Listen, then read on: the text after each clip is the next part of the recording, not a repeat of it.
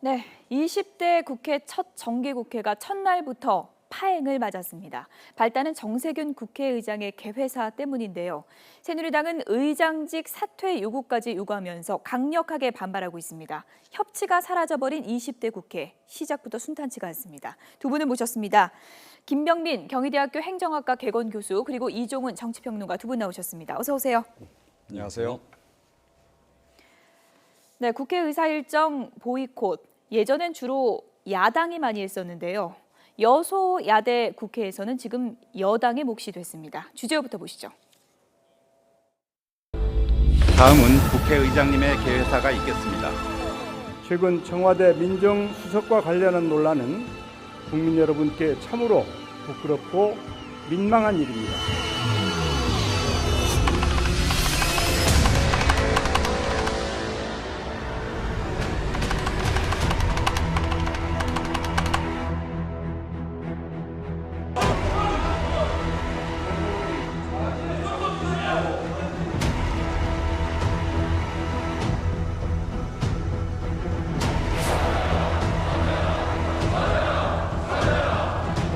아니 어떻게 국회의장이 이렇게 편향된 입장을 첫 국회의장 개인사에서 개원사에서 이렇게 어림없이 얘기할 수가 있겠습니까?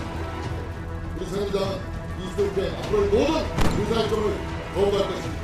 여러분 어떻습니까? 의장이 당을 탈당할 때는 중립을 지키라는 소리인데 굉장히 예민한 부분을 정기국회 개회사에서 저렇게 이야기하는 것은 의도적으로 했다고 볼 수밖에 없는 상황. 왜 퇴장하지? 퇴장하는 이유를 모르겠어요.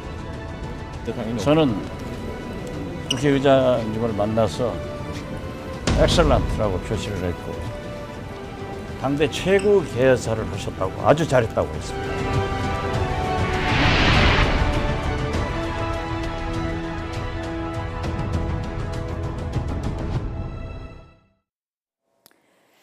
이것이 여소야대의 현실이었습니다. 새누리당 지금 이 시각까지 의원총회를 열고 있다고 합니다. 그만큼 위기의식을 느끼고 있다고 볼 수 있겠죠? 그렇죠. 이 난국을 좀 타개해야 될 상황들이 분명히 발생한 것이고 일단 정세균 국회의장이 개회사 전문을 저도 한번 읽어봤습니다. 예. 처음부터 이런 쓴소리를 했던 건 아니더라고요. 그러니까 국회의장이 과거의 개회사와 마찬가지로 이번 정기국회를 맞은 포부를 쭉 얘기를 하고 있다가 예. 중간 정도에 가서 쓴소리를 좀 하겠습니다라고 거의 작심 발언을 하십니다. 예. 그 작심 발언을 했던 내용 중에 결국은 우병우 민정수석에 대한 이야기가 들어가 있었고 더 아마 새누리당을 곤혹스럽게 만들었던 건 바로 이 사드 배치 문제에 대해서 정면으로 비판했다는 점을 들 수 있는데 예. 사실상 국회법에 따르면 국회의장은 국회를 대표하고 질서를 유지하고 사무를 감독한다라고 명시가 돼 있습니다. 그러니까 국회 질서를 유지하고 사무를 감독하기 위해서는 당연히 정치적 중립이 필요하기 때문에 예. 국회의장에 대해서 국회의장직을 수행하는 동안은 당적을 갖지 못하게 만든 거거든요. 근데 이런 상황에서 봤을 때 국회의장 정세균 의장이 이번 개회사를 통해서 얘기하고자 했던 부분들이 특히나 이 정기국회 첫날부터 했던 내용으로는 굉장히 좀 부적절하다고 볼 수 있고 예. 새누리당이 지금과 같은 상황을 당연히 초래할 수밖에 없다 이렇게 보여질 수밖에 없습니다. 글쎄요, 뭐 이제 생각하기 나름이긴 한데요. 그러니까 뭐 과거에도 사실은 국회의장들이 이런 개회사라든가 뭐 기타 이런 자리를 통해서 청와대에 대해서 쓴소리를 한 적도 예. 있고요. 정의화 의장 같은 경우에도 많이 하지 않았습니까? 심지어 박근혜 대통령에게 거의 직격탄을 쏘다시피 뭐 소통에 좀 문제가 있다라는 지적까지도 했었고 이제 그런데 그때는 왜 가만히 있다가 이제서야 이제 이렇게 이제 우리가 일단 봐야 될 측면이 분명히 있다라고 생각하고요. 그러니까 작심 발언한 거 맞습니다. 정의화 의장이 작심 발언한 거 맞고요. 예. 그리고 이 사실은 새누리당도 지금 이번에 작심 오늘 퇴장을 했다 이렇게 예. 좀 생각을 합니다. 그러니까 사전에 근데 이미 조짐이 있었거든요. 예. 정세균 의장 같은 경우에는 이 지난번에 지금 뭐 추경안 통과 처리 합의 잘 안 이루어지는 그 과정에서 이미 이 얘기를 했어요.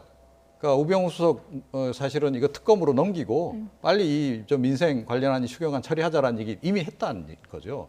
그러니까 새누리당이 오늘 이런 정도의 발언이 나올 거를 몰랐겠는가 이미 알고 있었다.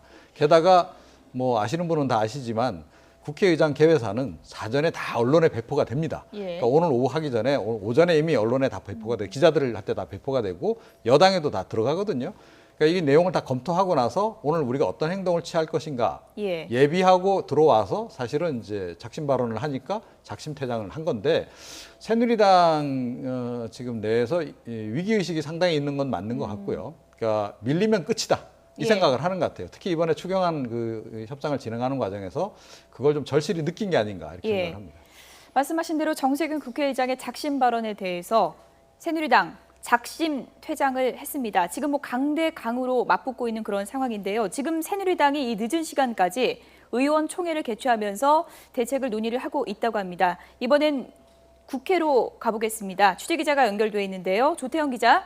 네, 국회입니다. 네, 새누리당 지금 여전히 반발을 하고 있는 그런 상황이죠? 네, 새누리당은 정세균 국회의장의 개회사를 두고 반발을 계속 이어가고 있습니다. 정치적인 중립 의무가 있는 의장이 사드와 우병우 민정수석 등을 거론하면서 야당의 당론과 다름없는 말을 했다는 건데요. 밤 9시부터는 의원총회를 열고 자체적인 대응 방안을 논의하고 있습니다. 또 아직도 의총을 이어가면서 정세균 의장을 압박하고 있는데요. 정진석 원내대표 등은 지도부는 정 의장을 찾아가서 오늘 개회사에 대해서 항의하고 사과와 재발 방지를 요구하기도 했습니다. 또 의장이 중립 의무를 저버린 만큼 본회의 사회권을 국회 부의장에게 넘겨야 한다고 주장하기도 했습니다. 지금 또 여당 의원들이 정세균 의장 방으로 찾아간 것으로 보이는데요. 지금 현장에서 몸싸움도 진행되고 있는 것으로 좀 확인이 되고 있습니다. 이 내용은 조금 더 자세히 확인되는 대로 다시 전해드리도록 하겠습니다. 이런 상황에 대해서 정세균 의장 측은 문제가 없다는 점을 충분히 설명했다는 입장입니다. 정 의장은 김영수 국회 대변인이 대신 발표한 입장문을 통해서 지금 가장 시급한 현안은 민생이라면서 추가 경정 예산안 처리와 대법관 임명 동의는 미룰 수 없는 중요한 현안이라고 강조했습니다. 이어서 논란이 된 부분은 추후에 논의하더라도 이와는 별개로 본회의 참석이 필요하다고 요청했습니다. 야당 역시 상황을 예의주시하고 있습니다. 더불어민주당과 국민의당 의원들은 국회 주변에서 머무르면서 혹시 열릴지도 모르는 본회의를 기다리고 있습니다. 다만 새누리당과 정세균 의장의 입장이 계속 평행선을 달리면서 오늘 추경안 본회의 처리는 무산됐습니다. 지금까지 국회에서 YTN 조태현입니다. 네, 지금 뭐 국회 취재기자가 현장에서 몸싸움까지 일어나고 있는 것으로 전해지고 있다. 이런 내용을 지금 전했는데요. 그 정도로 갈등이 격화되고 있는 분위기인 것 같습니다. 이렇게 국회 파행을 몰고 온 정세균 의장의 발언, 어떤 내용이었는지 먼저 좀 들어보시죠. 제 개인의 목소리가 아닌 국민의 목소리라고 생각하고 들어주시기 바랍니다. 최근 청와대 민정수석과 관련한 논란은 국민 여러분께 참으로 부끄럽고 민망한 일입니다. 국민의 공복인 고위공직자, 특히 청와대 민정수석이라는 자리는 티끌만한 허물도 태산처럼 관리해야 하는 자리입니다. 청와대 민정수석은 실질적으로 검찰에 대한 영향력을 크게 행사하는 자리입니다. 그런데 그 당사자가 그 직을 유지한 채 검찰 수사를 받아야 하는 상황을 국민들은 어떻게 이해해야 합니까? 최근 사드 배치와 관련한 정부의 태도는 우리 주도의 북핵 대응이라는 측면에서 동의하기 어려운 부분이 있습니다. 의원 여러분, 잘 들으시고 사드 배치의 불가피사를 떠나서 우리 내부에서의 소통이 전혀 없었습니다. 네, 그러니까 세 가지 키워드를 뽑아보자면 사드, 공수처, 그렇죠. 우병우, 예. 새누리당 의원들이 상당히 민감할 수밖에 없는 세 가지 키워드를 꺼내든 작심 발언인데요. 작심 발언을 했다면 이유가 있지 않겠습니까? 어떤 이유일까요? 뭐 정세균 의장 입장에서는 본인의 영향력을 좀 행사하고 싶었다라는 측면들이 있을 거고 아마 본인의 발언에서 더 이상 의장이 영어로 치면 체어맨인데 예. 체어맨의 자리, 권위적인 자리에 앉아 있는 것뿐만이 아니라 또 다른 중의적 표현으로 스피커라는 표현을 쓰게 되는데 예. 스피커로서 쓴소리를 작심하고 하겠다라는 이야기를 하게 됩니다. 하지만 여기에 대해서 만약에 앞서 이제 보시면 충분히 느끼시겠지만 예. 우병우 민정수석에 대한 얘기들을 나름대로 좀 조목조목 국민의 눈높이에서 하게 됐을 때는 여당 의원들의 반응이 그렇게 극한적이지는 않았어요. 예. 근데 이 반응이 굉장히 극한적인 순간으로 넘어가기 시작되는 순간이 바로 이 사드 배치 문제가 나왔을 때거든요.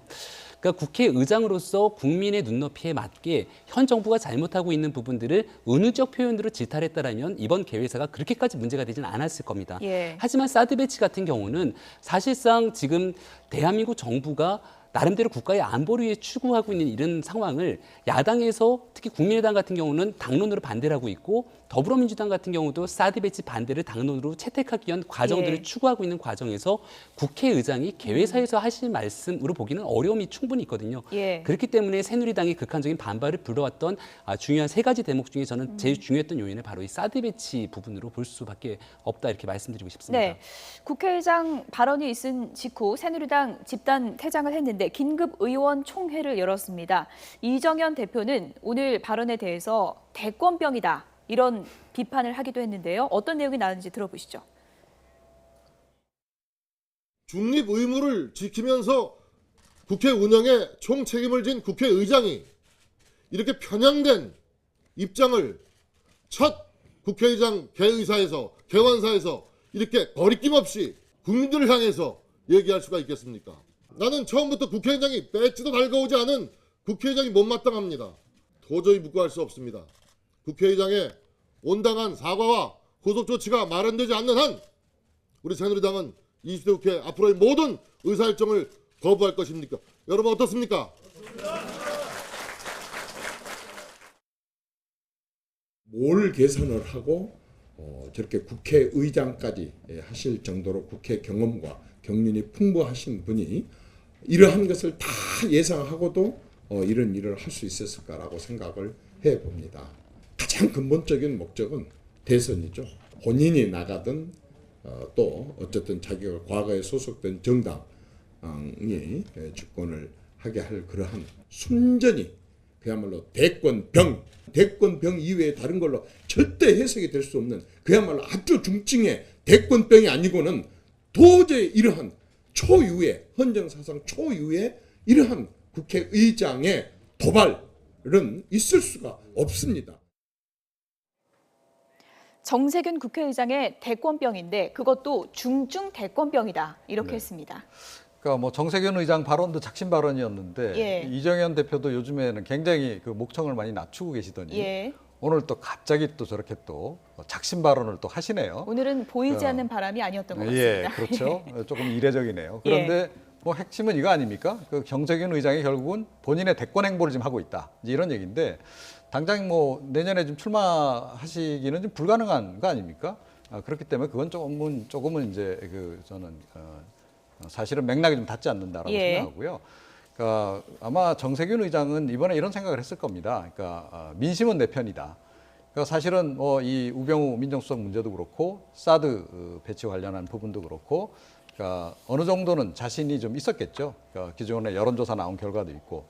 그런데 사실은 이제 이 오늘 그 논의 과정 조금 전에 이제 회의 과정이 나왔습니다만, 예. 그러니까 새누리당 의원들이 사드 문제와 관련해서 그때 그 시점에 딱 그 퇴장을 하는 그런 모습을 보이는데 저는 그게 굉장히 오히려 좀 부자연스럽다라고 생각을 해요. 그러니까 우병우 민정수석 문제 얘기할 때는 가만히 있었단 말이죠. 예. 자, 일부러 그때는 좀 참았던 게 아닌가 싶고 오히려 이제 사드 문제를 이제 이야기를 할 때 저렇게 막 집단 항의를 하는 그런 모습을 보이는데 예. 겉으로는 외견상으로는 저렇지만 실제로는 우병우 민정수석에 대해서 언급한 부분에 대해서 오히려 더 많이 불편했을 것이다. 자, 그러나 이제 그것을 가지고 사실은 집단 퇴장을 했을 경우에는 예. 오히려 여론의 역풍이 불 수 있기 때문에 나름 선택을 해서 그 퇴장하는 시점도 예. 사드 이슈를 얘기할 때 좀 퇴장한 것으로밖에 볼 수 없다 이렇게 생각을 합니다. 예. 정진석 원내대표는 뭐 국회의장이 뺏지도 않은 것도 마음에 안 든다. 오늘 또 작심하고 여러 비판을 했는데 어제도 반쪽 청문회 됐었고요. 조윤선 후보자 청문회요. 그리고 오늘도 또 반쪽 청문회고 여당 의원들이 집단 퇴장해서 국회의원들 단체 사진 찍기로 했는데 단체 사진도 못 찍고 여소야대가 참 오랜만인데 그렇다 보니까 국회에서도 상당히 보기 힘든 풍경이 지금 연출되고 있는 것 같아요. 이번이 이제 거의 오늘자로 이제 첫 번째 예. 본회의가 시작됐던 부분들, 그러니까 첫 번째 정기국회가 시작됐던 상황들이기 때문에 앞으로 이어질 정기국회에서의 기싸움이 아니냐 뭐 이렇게 표현하는 분들도 있는 것 같습니다. 근데 아마 청문회 과정 속에서 새누리당의 집단 퇴장 과정은 추가 경정 예산안에서의 6천억, 특히 교문위에서 여당이 없는 상태에서 야당이 증액했던 부분들, 사실상 이 법에 따라서 증액, 정부의 그 예산안을 국회에서 증액하기 위해서는 정부의 동의가 필요한데 정부의 동의가 없이 예산안을 증액했던 부분들에 대한 반발의 표시로 볼 수 있는 부분들이거든요. 그러니까 새누리당 입장에서도 근거 없는 퇴장이라고 보기보다는 명분은 항상 갖추고 있습니다. 다만 그 명분을 갖추고 있는 상황 속에서도 국민들 눈높이에 보기에는 예. 일하는 국회를 만들겠다는 약속을 한 지 얼마 되지도 않는 상황 속에서 예. 이제 막 시작하는 국회, 특히나 이 정기국회 첫날부터 이런 모습을 보이는 게 뭐 마땅치는 않을 거라고 생각을 하고요. 그렇기 때문에 저는 좀 주장하고 싶은 부분 중에 하나가 제3당으로서 역할을 해야 되는 국민의당, 특히나 지난 4.13 총선에서 국민들이 굉장히 많은 표를 국민의당에 줬던 이유가 바로 여기에 있거든요. 두 정당이 극한적인 갈등 상황 예. 속에서 싸움으로 치달을 때 지금 화면이 나오고 있는데 조금 전에 이제 저희가 입수한 화면입니다. 저게 이제 새누리당 의원들, 정진석 원내대표를 비롯한 새누리당 의원들이 국회의장실을 항의 방문했고요. 관계자들하고 이제 몸싸움, 또 지금 고성도 오가는 모습이 보이고 있습니다. 새누리당 지금 이 시간까지 의원총회 하면서 이 지금 여소야대 난국을 어떻게 돌파할 것인가, 오늘 국회의장 발언 어떻게 대응할 것인가 이제 논의를 하고 있었는데 국회의장실을 항의 방문했습니다. 정진석 원내대표, 이장우 의원 등이 국회의장실을 항의 방문했는데 관계자들하고 오늘 몸싸움이 약간 좀 벌어진 것 같아요. 네, 이런 상황이 연출되는 부분들은 사실상 초창기에 개회사, 국회의장의 개회사 때문에 집단 퇴장을 했던 좋은 명분이 있었음에도 불구하고 예. 그 명분들을 싸그리 깔아뭉갤 수밖에 없는 국민들 보기 굉장히 눈살에 찌푸리는 장면으로밖에 볼 수 없거든요. 그러니까 앞서 제가 말씀드리고 싶었던 부분이 바로 이런 측면에 있는 건데 예. 여당과 야당, 두 거대한 정당 간의 극한적인 갈등이 있을 때 결국 이런 갈등이 촉발돼서 그 모든 피해를 국민들이 보게 되지 않습니까? 예. 이걸 중간에서 누군가가 제어 장치가 필요한데 그 제어 장치가 국민의당이라는 겁니다. 예. 그렇기 때문에 국민의당이 많은 표를 줬지만 이번에 박지원 비대위원장의 의견을 봤을 때는 예. 사실상 야당의 입장에 동조할 뿐 중간에서 그 중재자의 역할에 예. 어느 부분도 소화하지 못하고 있기 때문에 그 역할을 지금 반드시 해줘야지만 국민들이 준 표에 대한 보답이 아닐까라는 예. 생각을 좀 하게 됩니다. 오늘 새누리당 의원들 국회의장실 항의 방문하고 이런 모습을 보니까 우리가 국회 지금 초반부터 밀릴 수 없다. 네. 이런 강한 의지를 엿볼 수가 있는 대목인데 문제는 이정현 대표의 모습이 보이질 않는다. 이런 지적도 나오고 있습니다. 네. 지금 지도부가 이런 난국을 타개할 만한 힘이 있는가, 능력이 있는가 이런 의문이 많이 제기되고 있는 것 같은데 어떻게 보십니까? 예, 최근에 이제 그런 평가가 많았죠. 예. 그 이정현 그 대표가 너무 존재감이 없다 이런 얘기 있었는데 오늘 확실하게 존재감을 좀 보여주시지 않았습니까? 예. 조금 전에 이제 그 발언 굉장히 강하게 그 정세균 의장을 이제 질타하는 이제 그런 모습을 통해서 이제 사실은 본인의 존재감을 다시 한번 이제 알리고 있는 건데 예. 저는 이 오늘 그 집단 퇴장 결정이 과연 당 차원에서 이루어진 건지 아니면 이게 청와대하고 상당한 교감하에 이루어졌는지를 좀 모르겠어요. 그러니까 상당한 교감하에 이루어졌을 가능성도 없잖아 있다라고 저는 생각을 하는데요, 개인적으로. 예. 그럴 수밖에 없는 부분이 뭐가 있냐면 추경안 협상 과정에서 조금 밀린 그런 것들, 그런 것으로 인해서 느꼈던 위기감, 그 정도 가지고 오늘 이렇게까지 할 필요는 없다는 거죠. 그러니까 약간의 성동격서 전략일 수도 있다. 그러니까 예컨대 지금 그 인사청문회가 진행 중인데 특히 김재수 후보 같은 경우는 굉장히 지금 뭐 새누리당 내에서도 이거 좀 부적격한 거 아니냐라는 얘기까지 지금 예. 나오고 있다는 거죠. 자, 그럼에도 불구하고 박근혜 대통령은 그대로 강행하실 가능성이 높습니다. 자, 그랬을 때 불 수 있는 여론의 역풍이 있기 때문에 그걸 이슈를 좀 덮기 위해서 오히려 이걸 지금 이런 식으로 국면을 예. 좀 가져가는 측면도 없잖아 있는 거 아니냐. 이렇게 소란스러운 와중에 예. 박근혜 대통령이 결국은 그 장관 후보자들 그대로 임명을 강행하실 가능성도 훨씬 더 높아지지 않았나 이렇게 생각합니다. 네. 조금 전에 이런 상황에서 제어 장치를 역할을 할 그 당이 국민의당이라고 이제 말씀해 주셨는데 박지원 비대위원장은 오늘의 상황에 대해서 기자들이 질문을 하니까 영어를 썼는데요. excellent 이렇게 표현을 했습니다. 야당 지도부 발언 들어보시죠. 오래 안 살았지만 참 별꼴을 다 봅니다. 국회 운영 사상 유례없는 사태가 발생했습니다. 집권 여당이 국회의장의 발언을 문제 삼아서 정기국회 일정을 보이콧하는 경우는 처음 봅니다. 귀에 거슬리는 이야기를 한다고 해서 국회 일정 전체를 보이콧하는 그러한 태도가 과연 집권 여당의 책임 있는 태도인가? 이렇게 쓴소리를 듣기 싫어하는 태도들, 이것이 바로 오만과 불통의 집권당과 청와대 모습 아니었는가? 퇴장하는 이유를 모르겠어요. 국회의장이 의장으로서 국정에 대한 국민의 염려를 대변했기 때문에 저는 아주 잘하셨다고 평가를 합니다. 저는 국회의장님을 만나서 엑셀런트라고 표시를 했고 당대 최고 개회사를 하셨다고 아주 잘했다고 했습니다. 네, 당대 최고의 개회사라고 하는데 중재 역할이 안 되겠는데요, 보니까. 그렇죠. 왜냐하면 이 국회의장의 개회사 크게 세 가지를 말씀드렸는데 우병우 민정수석에 대한 문제, 그리고 공수처 신설에 대한 문제, 사드 배치에 관한 문제, 이 세 가지가 다 국민의당 입장에서는 거의 당론으로 채택되다시피 할 정도로 국민의당이 추구하는 내용들을 그대로 얘기했습니다. 하지만 만약 정세균 국회의장이 개회사에서 국민의당의 입장과 다른 정책적 사안들을 개회사에 담았다라면 똑같은 의견들이 나올 수 있었을까라고 반문한다면 그렇게 어려웠을 거라는 거죠. 예. 그렇기 때문에 오히려 김성식 국민의당 정책위 의장 같은 경우는 정세균 국회의장의 이번 표현이 조금 더 부드럽게 은유적인 표현을 썼었어야 된다라는 이야기까지 하고 있거든요. 그래서 국민의당이 애당초 총선 과정에서 국민들께 했던 약속, 본연의 위치로 돌아간다라면 지금 파해되고 있는 이 국회 모습을 제대로 원상복귀시켜야 될 무한 책임이 있기 때문에 예. 그런 모습들을 좀 다시 한번 상기시킬 필요가 있지 않나 생각합니다. 우상호 원내대표 발언이 재밌습니다. 우리가 강성 야당일 때도 이렇게는 안 했다. 정말 이렇게까지는 안 했습니까? 제 기억은 아닌 것 같은데요. 그렇죠. 경우에 따라 다르죠. 예. 근데 바로 딱 이런 상황이 있었던 것은 아니기 때문에 예. 이제 그런 표현을 이제 쓰는 건데 뭐 만만치 않았죠. 지금 더민주 같은 경우에도 그렇게 이제 봐야 되고. 예.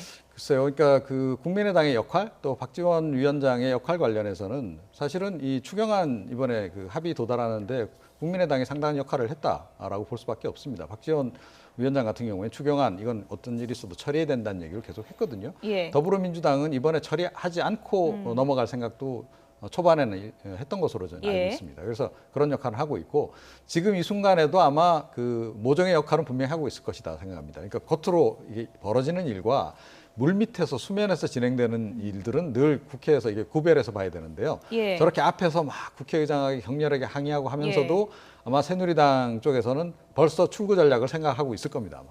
예. 조금 전에 이제 국회의장실에서 새누리당 의원들과 관계자들의 몸싸움까지 벌어지는 그런 상황을 저희가 이제 화면으로 보여드렸는데 강대강 대치정국 이게 어떻게 해소될 수 있을지 좀 지켜봐야 될 부분인 것 같습니다. 김재수 농림축산식품부 장관 후보자 인사청문회도 야당 단독으로 반쪽 청문회가 됐는데요. 황제 전세 논란이 있더라고요. 이게 어떤 건지 간략하게 좀 정리를 먼저 좀 해볼까요? 공교롭게도 예. 이 다 부동산에 해당되는 얘기인데 7년 정도의 집에 살았던 부분들이 전세 계약을 맺었고 근데 주변에 있는 부동산 시세보다 굉장히 대형 편수임에도 불구하고 훨씬 더 저렴하게 살았다라는 의혹들을 갖고 있는 겁니다. 근데 단순하게 이 부동산 전세 의혹만 갖고 있는 게 아니라 예. 부동산을 매입하고 되파는 과정에서도 소위 말하는 특혜성으로 좀 너무 싸게 산 게 아니냐. 근데 싸게 산 그 과정에서 예. 상대 거래자가 기업이었고 그 기업은 이 농림축산식품부에 해당하는 역할을 쭉 하고 있었던 김재수 후보자가 보기에는 예. 거래가 충분히 될 수 있을 법한 식품회사가 건설회사로 있었던 곳이기 때문에 이런 부분들이 계속해서 의혹들로 불거지고 있기 때문에 예. 많은 국민들이 좀 의혹들을 보내고 있는 측면들이 있다 보여집니다. 해명이 나오긴 했지만 지금 전셋값에 허덕이는 서민들 입장에서는 좀 석연치 않은 구석이 분명히 있는 것 같고요. 또 모친이 10년간 빈곤층 의료 혜택을 받은 사실도 오늘 청문회에서 추궁이 있었는데요. 녹취를 좀 들어보시죠. 그럼 2006년부터 2016년까지 그 피부양자로 등록이 안 돼 있고 그 차상위 계층자로서 도움을 받을 때 혹시 그 우리 이만희 의원님께서는 부모님을 잘 봉양했다고 하는데 그 시골집에 몇 번 가보셨습니까? 아니 몇 번이 아니고요. 예. 뭐 수시로 가고 또 생활비를 매주 일정 저와 동생이 지급해주고. 그런데도 불구하고 어떻게 어머니께서 무슨 생각으로 아니면 무슨 생각으로 이 피부 그 차상위 계층에 그 도움을 받으려고 생각했을까요? 본인은 제가 추측건데 주변 사람들이 아마 그렇게 권유를 한 것 같고요. 자주 찾아뵀는데 그건 잘 몰랐다. 이런 해명인데요. 네. 그러니까 뭐 자기 절대 불효자는 아니다. 그 얘기를 하는 거죠. 그러면서 이제 해명을 좀 하고 있는 건데 예. 해명이 굉장히 석연치가 않은 것이 본인이 일단 장남이지 않습니까? 네. 조금 전에 설명했듯이 저렇게 이렇게 자주 부모, 그러니까 어머니하고 이렇게 왕래가 있었다 그러면 예. 그러니까 당연히 의료보험을 자기 그 주민등록으로 옮겨서라도 그 의료보험 자기가 의료보험료를 지급을 하는 보통은 장남들이 그렇게 조치를 취하죠. 그런데 이번에 그렇지 않았다는 거죠. 예. 그리고 뭐 처음에도 보니까 동생 쪽에 좀 가 있었고 이번에도 또 논란이 되니까 또 동생 예. 쪽에 이제 그 어머니를 이제 등록을 시키는 이런 주민등록을 시키는 이런 거 조치를 취했던데, 그러니까 굉장히 부적절하다. 그 밖에 뭐 달리 표현할 길이 없죠. 예, 일단 야당이 부적격으로 인사청문 보고서를 단독 채택했는데 어떻게 될지 좀 지켜봐야 될 부분인 것 같고요. 이번에는 갑질 논란 얘기를 좀 해보겠습니다. 갑질 논란인데요. 이른바 퇴비 갑질 논란이라고 합니다. 어떤 내용인지 주제어 보시죠. 지금 총리께서 말씀하시는 게 지금 잘못된 누가 프로파하고 놀아놨단 말입니까? 놀아놨다고 했습니까? 지금 뭐라고 지냈습니까?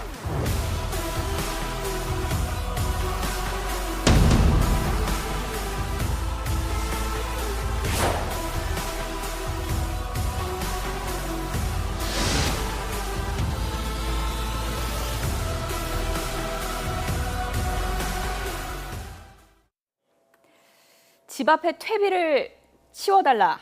이해찬 전 총리가 민원을 그것도 여러 번 접수했다고 합니다. 무슨 내용입니까 이게? 그래서 행정부시장이 이례적으로 그 퇴비가 있는 곳까지 냄새가 있는 곳을 찾아 나와서 퇴비가 어디서 나는지 냄새를 검사까지 했다는 것 아니겠습니까? 근데 거기서 끝나는 게 아니라 결국은 이걸 문제 삼아서 퇴비를 뿌린 농민이 결국 이 퇴비를 다 걷어갖고 다른 데다 뿌리는 과정까지 나오게 됐다는 건데 너무 과도한 게 아니냐라는 지적들이 계속해서 잇따르고 있고요. 오죽하면 어떤 언론에서 이런 기사까지 쓰더라고요. 지난 총선에서 이해찬 총리가 살고 있는 지역에서 표가 너무 안 나왔다. 표가 너무 안 나오다 보니까 표가 만약 많이 나왔으면 퇴비 냄새가 안 났을 텐데 이래서 또 더 화가 난 게 아니냐라는 얘기를 하고 있고요. 이해찬 정 총리 같은 경우는 지금 현재 무소속 상태죠.